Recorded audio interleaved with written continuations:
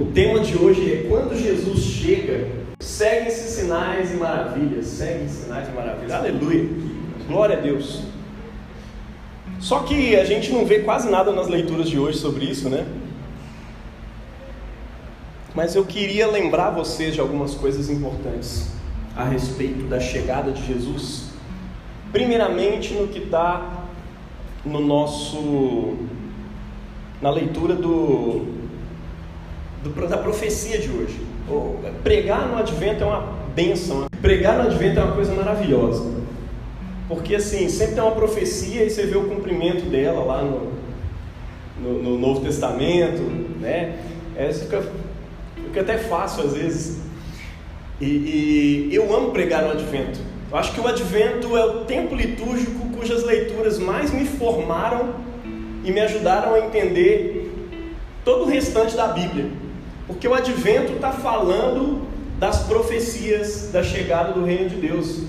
E quem me conhece há algum tempo, né, já frequenta a estação há algum tempo, sabe que esse tem sido assim, o norte da minha mensagem, a chegada do Reino. Porque a pregação do Novo Testamento é toda sobre isso. É sobre o Reino chegando e como que a gente tem que lidar com isso agora, nesse tempo que se chama hoje, né? Então é sempre uma volta no Velho Testamento, o cumprimento disso nos Evangelhos e alguma conclusão prática que você tem ali nas leituras das cartas paulinas, das cartas gerais, né? E é sobre isso que é a Bíblia. Por isso que a Igreja de Jesus propõe para a gente no lecionário exatamente esse movimento, sempre, né? Volta no Velho, vê a profecia se cumprindo no Novo, né?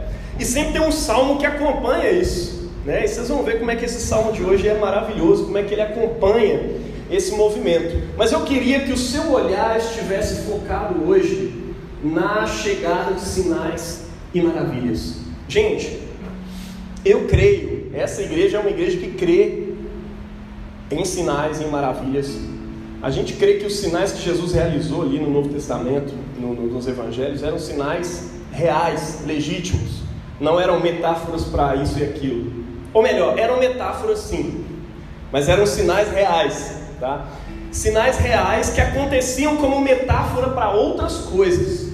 Por exemplo, quando ele abre os olhos do cego, ele está realmente curando uma pessoa, mas essa cura era uma metáfora para o que Deus estava fazendo com o seu povo. Ele estava, através do Messias, restaurando a visão do povo de Israel e que futuramente, né, teria suas tendas alargadas e não seria mais limitado ao espaço étnico e geográfico de Israel, mas seria espalhado por toda a face da terra. Então Jesus está começando um povo que enxerga.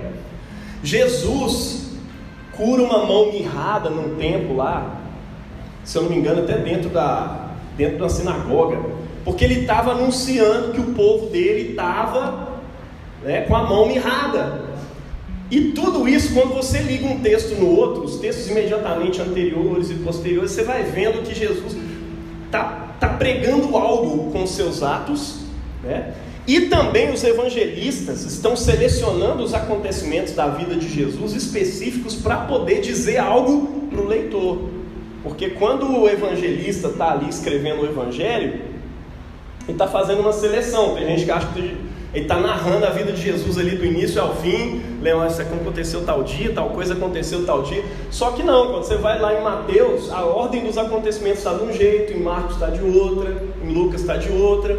Às vezes está junto, mesmo porque um copiou do outro, né? Rolou isso também na leitura, na coisa dos evangelhos, de modo que ele chama até de sinóticos, né? Os três primeiros aí que dá para você comparar um com o outro, né? Provavelmente o primeiro foi ali o de Marcos. Alguns falam que foi Mateus, porque foi escrito pelos judeus, foi escrito em hebraico e tal. Não quero entrar nisso aqui não, né? E o livro de João, que é o livro mais cabuloso, mais original que você tem, né, dentre os evangelhos. É maravilhoso aquilo ali. E sempre o evangelho está tentando te dizer algo a respeito do que Jesus está fazendo. E o início da pregação de Jesus, quero lembrar vocês, é esse: o reino de Deus, aquilo que vocês sempre esperaram, Vocês entram na sinagoga e ouvem todos os dias sobre o reino de Deus, a chegada do reino de Deus. Como é que isso ia acontecer? Tem um quebra-cabeça na frente de vocês todos os dias. E vocês vão, quando o reino chegar, os olhos dos cegos se abrirão, né? Você viu essa semana, né? O coxo saltará como um cervo, né? Ou seja, o aleijado vai pular. E quando o reino de Deus vier, os olhos dos cegos se abrirão, os ouvidos dos surdos se desimpedirão. E aí de repente, cara, Jesus começa a falar: o reino de Deus chegou. E o pessoal fala: beleza, já apareceu uns 10 Messias antes de você falando a mesma coisa. Mas aí de repente eles começam a ver uma língua do surdo desimpedida. Aí Jesus dá uma passadinha na casa da sogra de Pedro e cura ela, levanta da cama e começa a servir, ajudar ali junto com o pessoal. Ele vai expulsa demônio. E aí de repente está curando o outro. E eles estão vendo as profecias se cumprirem.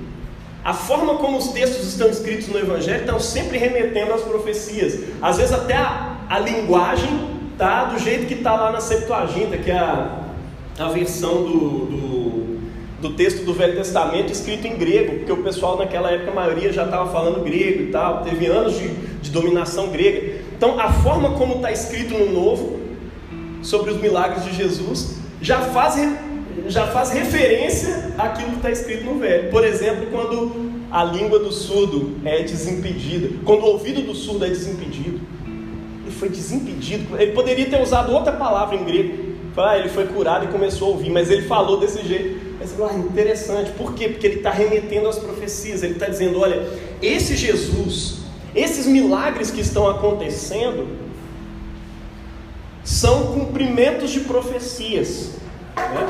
E esse foi o nosso primeiro sermão aqui, né? Quando Jesus chega, as profecias se cumprem. Bom, os milagres fazem parte dessa profecia e nós como igreja não podemos duvidar disso. Mas a gente precisa entender, antes de tudo, o que é o milagre. O milagre é a marca da chegada do Messias. Mas por que, afinal de contas? Porque Deus está anunciando coisas a respeito. Primeiro, Ele está anunciando um reino, um novo tipo de mundo, que vai alterar até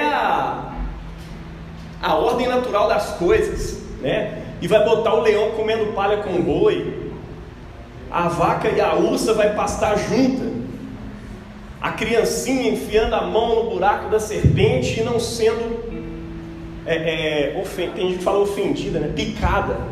Tem gente que fala: a serpente me ofendeu. Não, que pai, né? Serpente do mal.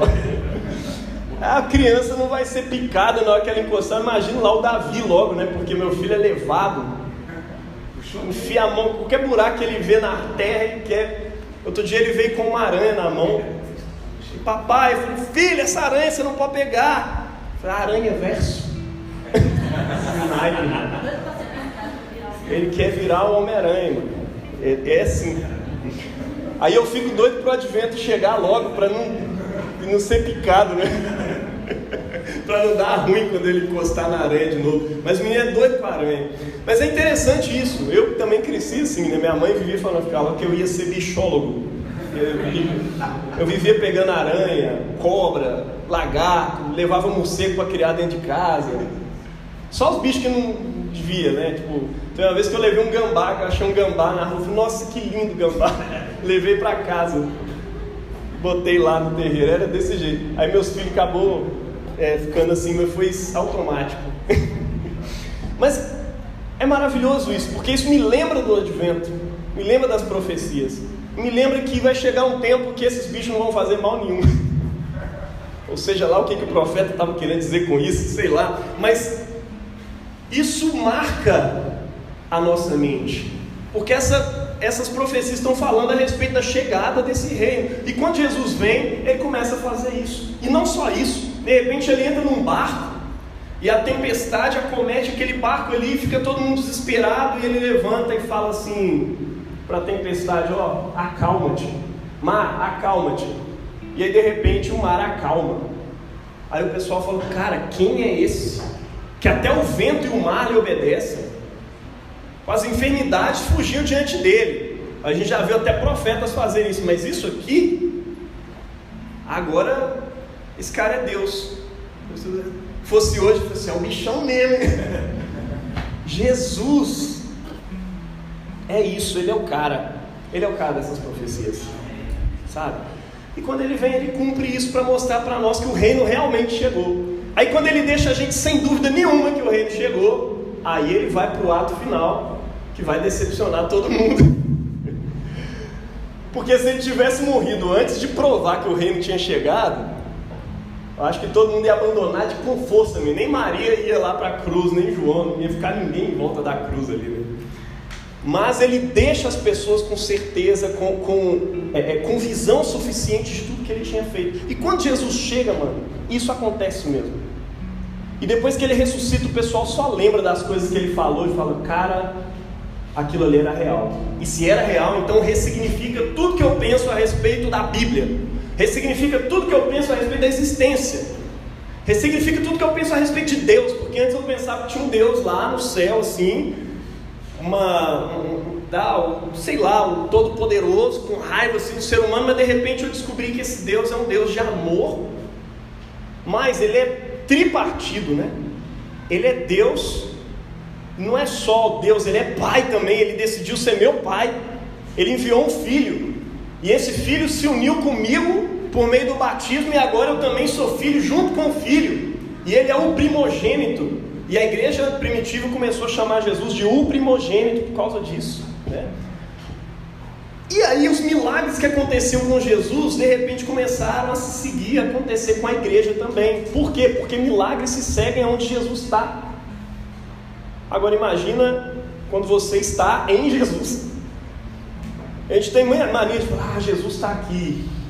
Ou às vezes o culto está meio frio, você fala, vamos invocar Jesus. Jesus, vem, vem. Aí você acha que quanto mais alta está a música, mais ele está vindo, né? Mas não é assim não, ele já está aí. Na verdade não é que ele está aqui, o lance é que você está nele. E você precisa criar essa consciência de que depois que você foi batizado em Jesus, não existe um momento da sua vida em que você saiu de dentro dele. Ele é aquele em quem nós vivemos, nos movemos e existimos enquanto igreja. E Deus é aquele em quem o mundo inteiro, por isso que a gente chama tudo de reino de Deus. A gente não tem uma visão mais limitada dizendo que a igreja é o reino de Deus, não. O que é o reino de Deus? Sobre o que o Messias passa a reinar assim que ele ressuscita? É tudo. Ele falou, todas as coisas estão submetidas à minha autoridade. Foi-me dada toda a autoridade no céu e na terra. Portanto, vão. É muito doido isso, porque não existe um centímetro. Essas palavras não são minhas, são de Abraham Kuyper, primeiro-ministro da Holanda.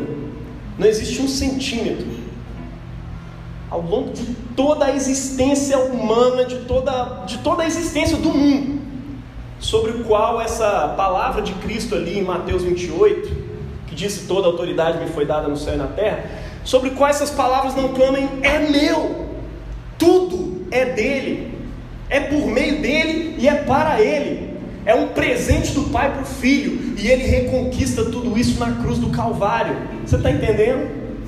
Jesus é Senhor sobre todas as coisas. Essa é a palavra, esse é o Evangelho de Jesus, é nisso que a gente crê. E a partir do momento em que nós o aceitamos como Senhor e nos comprometemos com Ele por meio do batismo, de acordo com a palavra de Deus, nós entramos para dentro do povo de Deus, entramos para dentro da família celestial. E agora sinais se seguem. Teve um dia que Jesus leu esse texto de hoje aqui e teve coragem de falar, hoje se cumpriu a profecia desse texto. Ele falou, o Espírito do Senhor está sobre mim, porque o Senhor me ungiu para pregar boas novas aos pobres, me enviou para curar os quebrantados de coração, a proclamar libertação aos cativos e a pôr em liberdade os algemados, a apregoar o ano aceitável do Senhor, o dia da vingança do nosso Deus. Afinal de contas, quanta coisa é feita contra Deus, e a gente fica assim, poxa, por que Deus não faz nada? Olha, o advento fala do dia da vingança do nosso Deus. Um dia Ele vai vir e vai vingar toda a maldade desse mundo. Sim, nada disso vai ficar impune. De acordo com a palavra de Deus, Ele vai acertar as contas com o mundo, Ele vai acertar as contas com o universo. É disso que o Advento fala também. O consolar, para consolar todos aqueles que choram. Olha, o dia da vingança do nosso Deus não é um dia de medo. Tem uma vírgula depois. Eu vim anunciar o dia da vingança do nosso Deus, a consolar todos os que choram. Sabe o que Deus está vindo vingar? Aquele que chora. Deus está vindo vingar aquele que é injustiçado. Você está entendendo? Isso é vingança de Deus. Tem gente que acha que a vingança de Deus é tipo assim: eu não gostava que o ser humano fizesse isso, estou chateado pra caramba, e quando eu descer, eu vou passar o cerol em todo mundo. Raiva que esse ser humano me faz, eu vou acertar as contas. Não, mas aqui está dizendo que Ele vai acertar as contas para poder consolar aqueles que choram. Ou seja, Yahvé está desnudando o seu braço para fazer justiça na terra. Justiça ao pobre, ao oprimido, aquele que foi injustiçado e não tem como pagar pela sua justiça, porque a justiça de repente começou a ser paga. E a pôr os que choram em Sião uma coroa ao invés de cinzas, um óleo de alegria. Uma coroa ao invés de cinzas, óleo de alegria ao invés de pranto, manto de louvor, manto de louvor ao invés de espírito angustiado. Eles serão chamados carvalhos de justiça, plantados por Yahvé, pelo Senhor, para a sua glória. Eles reconstruirão as antigas ruínas, restaurarão os lugares anteriormente destruídos e renovarão as cidades arruinadas, destruídas de geração em geração. Por quê? Porque eu, Senhor, amo a justiça e odeio a iniquidade. Em fidelidade lhes darei a sua recompensa, e com eles farei aliança eterna. A posteridade deles será conhecida entre as gerações, entre as nações, os seus descendentes no meio dos povos. Todos os que virem reconhecerão que eles são família bendita do Senhor. Tenho grande alegria no Senhor. A minha alma se alegra no meu Deus, porque me cobriu de vestes de salvação e me envolveu com um manto de justiça. Será que você pode orar isso hoje? Eu me alegro no meu Deus, porque Ele veio resolver as contas com o universo, e isso é bom para mim, porque eu faço parte desse povo que tem esperança nele, que espera nele. A minha alma se alegra no meu Deus, porque Ele me cobriu de vestes de salvação e me envolveu com manto de justiça, como noivo que se adorna de turbante, como noiva que se enfeita com joias, porque é como a terra produz os seus renovos, e como um jardim faz brotar o que nele se semeia, assim o Senhor fará brotar justiça e louvor diante de todas as nações. O que o Senhor fará brotar? Justiça e louvor. Esse é o milagre. A chegada do reino de Deus em Jesus é milagre, e Ele continua fazendo esses milagres para que você possa colocar em liberdade os cativos, abrir prisão para os presos. Tem gente que acha que o milagre é para mostrar que o poder de Deus é real. Meu irmão, o milagre não é para isso. O milagre anuncia a chegada daquele reino que vai alterar a estrutura da realidade. O milagre é para anunciar, antecipando as realidades desse novo mundo que está sendo prometido aqui, um mundo de justiça, um mundo de paz, um mundo de alegria. Então o milagre, às vezes ele acontece, às vezes ele não acontece, e você não tem controle sobre isso, né? Há heresias sendo pregadas às vezes por aí, né? Ele é o Deus que perdoa todos os seus pecados e sara todas as suas enfermidades. Então, eu cresci num seminário que me dizia isso. Então Deus tem que te curar, e se Ele não está te curando e você está enfermo, é porque está faltando fé, ou tem alguma coisa errada na sua vida. Talvez você não esteja dizimando, talvez você esteja com algum pecado escondido, talvez, não sei. E aí o pessoal ficava lá jogando um monte de coisa, e jogava peso em cima das pessoas. Mas olha, às vezes milagres não acontecem, Porque o milagre não é o centro da mensagem do Evangelho. Nunca se esqueça disso. Mas olha, às vezes você se prende tanto nessa mensagem e se esquece da possibilidade do milagre. Mas olha, aonde Jesus está, e aquele que está em Jesus, a igreja que está em Cristo, ela contempla milagres acontecendo em volta de si. São respostas de oração que você não faz ideia, mas aconteceu. Deus moveu o mundo, Deus fez coisas acontecerem para que a sua oração fosse ouvida de alguma forma. Deus operou curas. Eu já vi curas acontecerem na minha frente. Eu já orei por pessoas e elas foram curadas. E já orei por outras que não foram curadas. Eu já orei expulsando demônio, 2 vezes sobrou para mim, tá? Ficava aqueles irmãos lá, tudo em cima do irmão endemoniado. Falei, graças a Deus tem um monte de gente que ele não precisa de eu. Aí teve um dia que o cara ficou e só tinha eu. Falei, Deus, não. Aí eu fui ali e comecei a encher meu coração de fé. Falei, olha, Jesus, estando nessa terra, Ele tem todo o poder, e a autoridade do nome dEle é sobre toda enfermidade, sobre todo demônio, sobre todo principado e potestade. E eu fui enchendo meu coração de fé, e de repente eu falei, Deus, é por causa disso aqui, é crendo nessa palavra que eu dou ordem para esse demônio. Ó, sai fora agora, em nome de Jesus. Eu não vou falar 2 vezes não, porque o nome de Jesus não precisa ficar enchendo o saco não. Agora vai sair. E se não sair é porque não era demônio, foi mal, então eu vou embora. Porque demônio tem que obedecer à voz de Jesus. E se não tem, então não foi. É isso. E saiu, glória a Deus, irmão. Imagina esse bicho levantava, me dava umas porradas. Mano, o cara quebrava essas portas assim no soco. Imagina o que ele não fazia na minha cara. Sério, ficava com as mãos tudo machucadas. Isso acontece mesmo, viu? O dia que acontecer perto de você, você vai ver. Fiquei sabendo que isso aconteceu numa igreja uma vez, super tradicional. Saiu todo mundo correndo, só nem acreditava em demônio, mas saiu todo mundo correndo. Ficou só um irmão lá. Quando foram ver, o irmão não andava também. Eu teria saído correndo também. Mas cara, olha, essas coisas acompanham Jesus.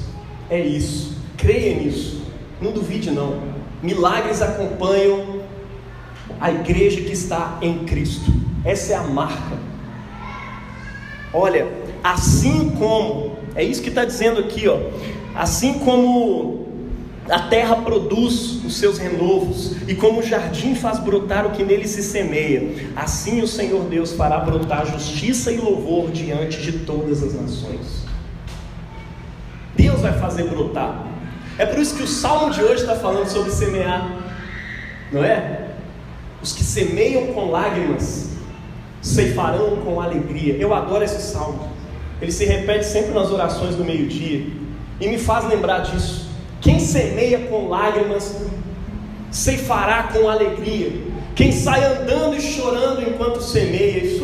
Isso foi semeado na minha mente desde a infância, ouvindo esse salmo. Quem sai andando e chorando enquanto semeia a semente, voltará com júbilo, voltará com alegria, trazendo os seus feixes.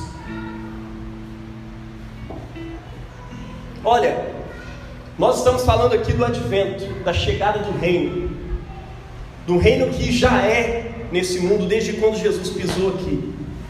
É já e ainda não, porque ainda não se completou perfeitamente, ainda não vemos todas as coisas a Ele sujeitas, mas o reino já está aqui, e Ele é antecipado entre nós. Milagres acontecem exatamente por isso, e é exatamente por isso que chamam milagres, né? Não é o modus operandi, senão a gente não chamava de milagre. Mas um dia vai chegar um tempo que é só milagre. Vai chegar um tempo do advento.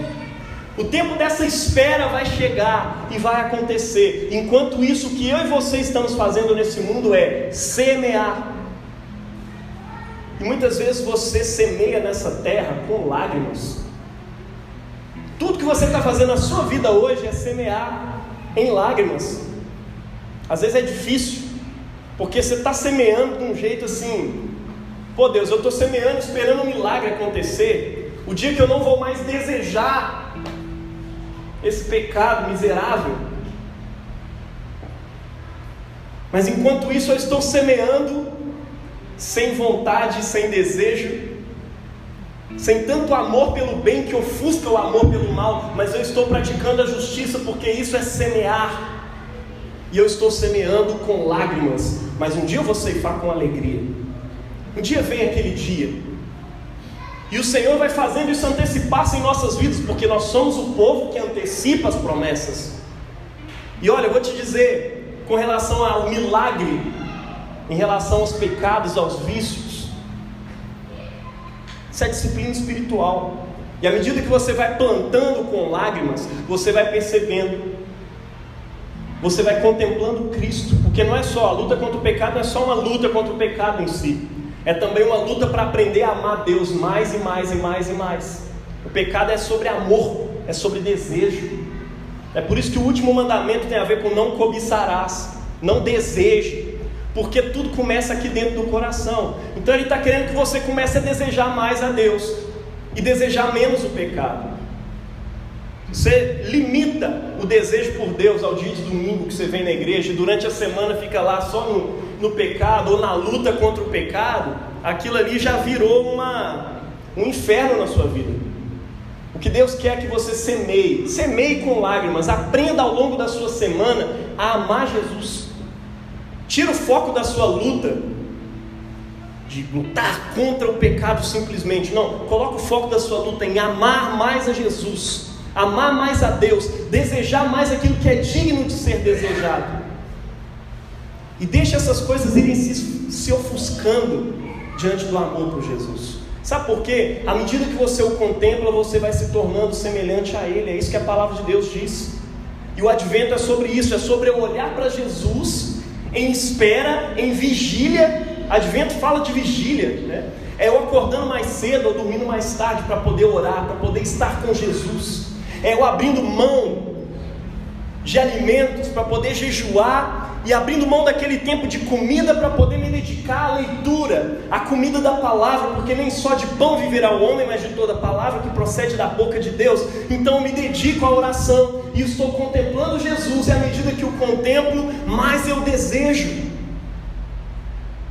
Eu nunca vi ninguém nesses 7 anos de pastor que chegou para mim e falou: "Não, mano, eu estou lendo muito a Bíblia, estou orando pra caramba essa semana, e aí, cara, eu estou me afundando mais e mais no pecado, não sei porquê." Não acontece. O que eu ouço é o contrário. Cara, essa semana eu dediquei tanto à leitura da palavra, à oração, que eu até esqueci de pecar. Eu estou no vício, eu até nem lembrei que o vício existia. Cara, ame mais. Ame mais a Jesus. Ame mais a palavra de Jesus, porque é nessa palavra que o Cristo se revela. Ele faz arder o seu coração por Ele. Amém? E nisso você está plantando.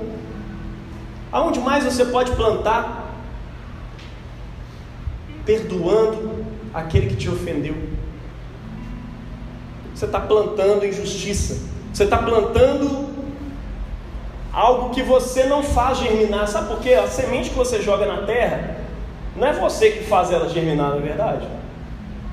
Depende agora só de Deus. Jesus fala isso, né? Que o reino de Deus é como uma semente que o fazendeiro jogou na terra, e não sabendo ele como, de repente elas começaram a germinar. Reino de Deus, advento, é sobre semente, é sobre semear. Semeie, cara, semeie com lágrimas, mesmo que na hora de praticar essas coisas do reino, essas coisas do futuro, que não fazem sentido para as pessoas que estão em volta de você. Por exemplo, perdoar aquele que te ofendeu. Está todo mundo em volta de você dizendo: olha, você tem que cobrar mesmo, leva na justiça, não aceita isso não. E você diz: olha, o meu Deus me ensinou uma técnica diferente, se chama perdoar. Eu vou abrir mão do ressentimento e eu vou seguir em diante, eu vou amar essa pessoa. Aonde mais você pode plantar? Porque isso é plantar sementes que só vão brotar na eternidade, só vão fazer sentido na eternidade. É construir uma casa sobre uma rocha que ninguém vê, mas só você vê. Porque quando o dilúvio do advento chegar, só vai ficar o que foi construído em cima dessa rocha. Você está entendendo? Aonde mais você pode plantar? Orar pelos seus inimigos, talvez. Você tem inimigos políticos, inimigos teológicos, inimigos na família, inimigos de tudo quanto é tipo que aparece. Essa semana, eu não sei o que eu arrumei com o motoqueiro. O cara começou a perseguir meu carro, cara. De manhãzinha, eu estava chegando no serviço. Era tudo que eu precisava para ter um dia ruim. E aí ele foi perseguindo, eu falei, cara, o que aconteceu? E ele não queria saber, ele estava levantando o pé, queria acertar meu retrovisor. Eu falei, não, mano, queria insistir, eu falei, tá, o retrovisor tá aí. Aí ele foi, deu a volta e foi pro outro lado, tentando acertar com o pé esquerdo, e não deu, de repente, pá, sentou um soco no retrovisor, até batendo para baixo. E eu fiquei tentando entender depois um monte de vezes o que tinha acontecido e tal. Depois imaginei que ele estava tentando passar na rotatória pela direita. Ô motoqueiros, não façam isso, a direita... Aí na esquerda que vocês passam, tá? Alguma coisa aconteceu lá que ele irritou pra caramba, que eu devo ter fechado ele, alguma coisa assim. Demônio. Perseguição. Mas enfim, cara. Aí eu fui chegando no serviço, comecei a tremer de raiva, vontade de falar, Deus, faz esse motoqueiro bater. E aí de repente eu falei, Deus, a tua palavra me ensina um negócio diferente, e eu vou ter que fazer isso. Oh Deus, em nome de Jesus, abençoa esse cara, Deus. Eu não sei o que eu fiz com ele, mas perdoa eu. E perdoa ele também, se ele tiver realmente... Enfim, eu acho que ele tentou fazer justiça com as próprias mãos.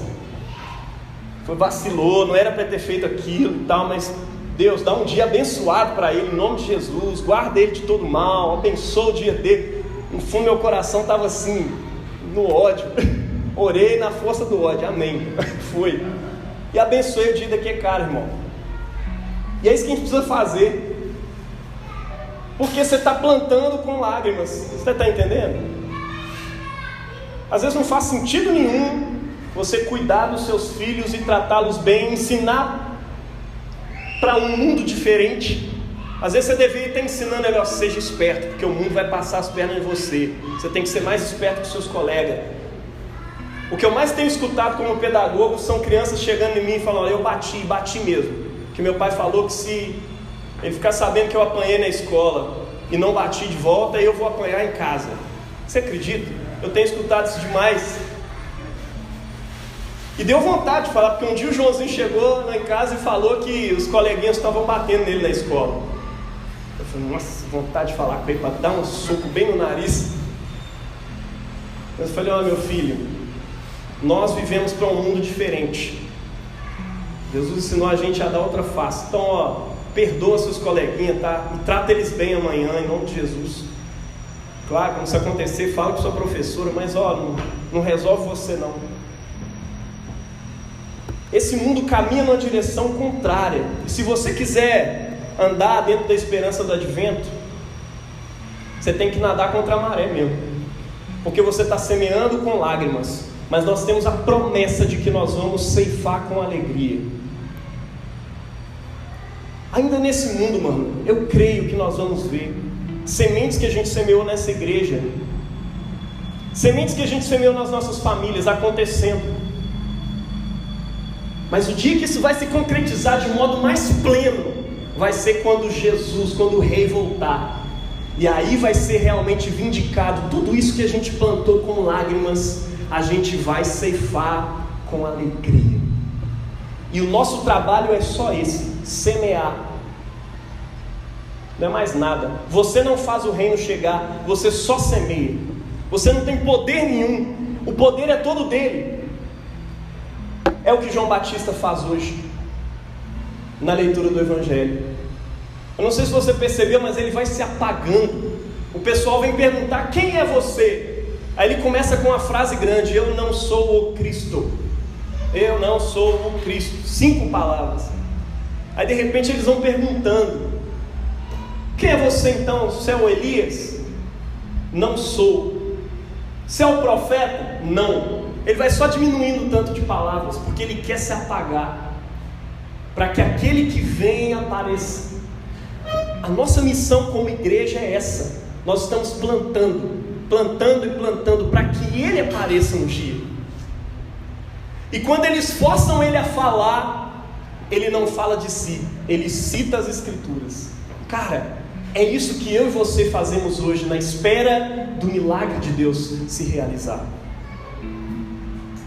Quando nos apertam, eles foram apertando: quem é você então? Eu sou a voz do que clama no deserto. Preparai o caminho para o Senhor. Preparem o caminho do advento.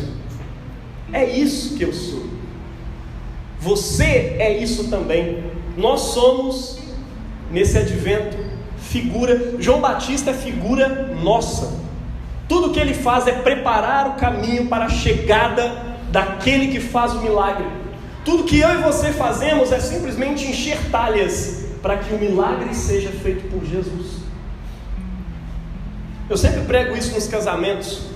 O seu casamento precisa ser um sacramento, um sinal visível da graça invisível de Jesus. Você faz aquilo que você dá conta de fazer, assim como os servos daquela festa nas bodas de Caná fizeram. O primeiro milagre que Jesus realizou foi isso.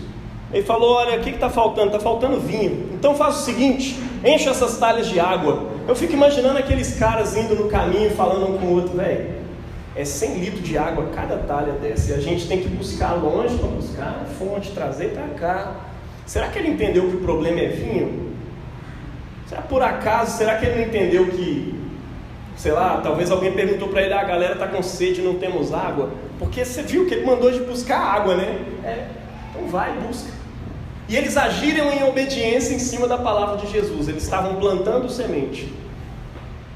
E eles foram, e foi enchendo as talhas de água. Eu imagino quando foi o último balde que jogaram em cima, dentro daquela talha lá, mais ou menos 600 litros d'água.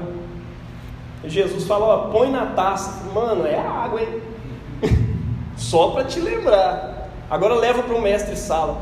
Mano, que decepção. Eu fico imaginando o noivo que preparou aquela festa toda. Já era, a decepção já estava armada. Eu fico imaginando que ele deve ter pensado assim, né? Já está tudo danado mesmo, então vai lá. Aí na hora que o mestre sala prova, mano, geralmente o pessoal traz o vinho bom primeiro, para depois servir o ruim, quando já está todo mundo semi-chapado, e vem o vinho ruim. Mas você resolveu servir o bom depois. Mano, isso é milagre de Jesus. E o milagre vem à medida que você faz aquilo que Jesus mandou você fazer, em fé. Sabe o que é fé? Vou repetir para você o que eu falei no outro domingo, né? Fé é o outro lado da moeda da obediência. E obediência é o outro lado da moeda que chama fé. Você não tem fé se você não obedece. E você só obedece quando você crê.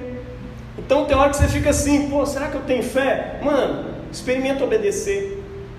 Porque quando você está obedecendo, você está plantando sementes. E de acordo com a promessa do advento, essas sementes vão brotar. Amém? Amém. Eu termino com as palavras do apóstolo Paulo, na leitura da carta de hoje. Estejam sempre alegres. Mas eu não estou afim, Jesus. Planta a semente da alegria. Age como se você estivesse alegre. Orem sem cessar. Não pare de orar. Eu não estou afim de orar. Planta essa semente de oração. Cultiva o relacionamento com Deus. Você vai ver o que vai acontecer. Milagres vão acontecer.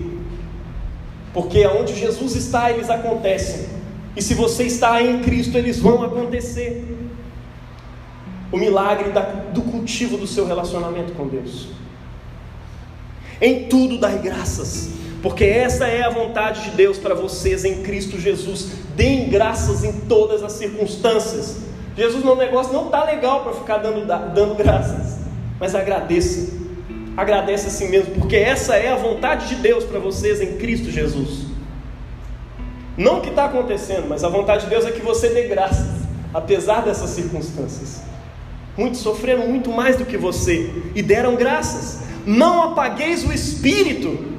Não deixe essa chama que está no teu coração se apagar.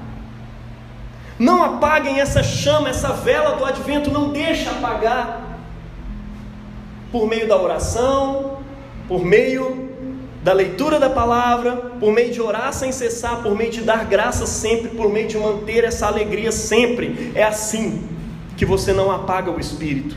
Não desprezem as profecias, examinem todas as coisas, retenham o que é bom, abstenham-se de toda forma de mal. Isso também é plantar sementes. Abstenham-se de toda forma de mal. O mesmo Deus da paz vos santifique em tudo, e que o espírito, alma e corpo de vocês sejam conservados íntegros e irrepreensíveis na vinda do nosso Senhor Jesus Cristo. Na vinda, na chegada, no advento do nosso Senhor Jesus Cristo. Fiel é aquele que os chama, o qual também fará. Essa é a palavra do Senhor e nós damos graças a Deus. Aleluia.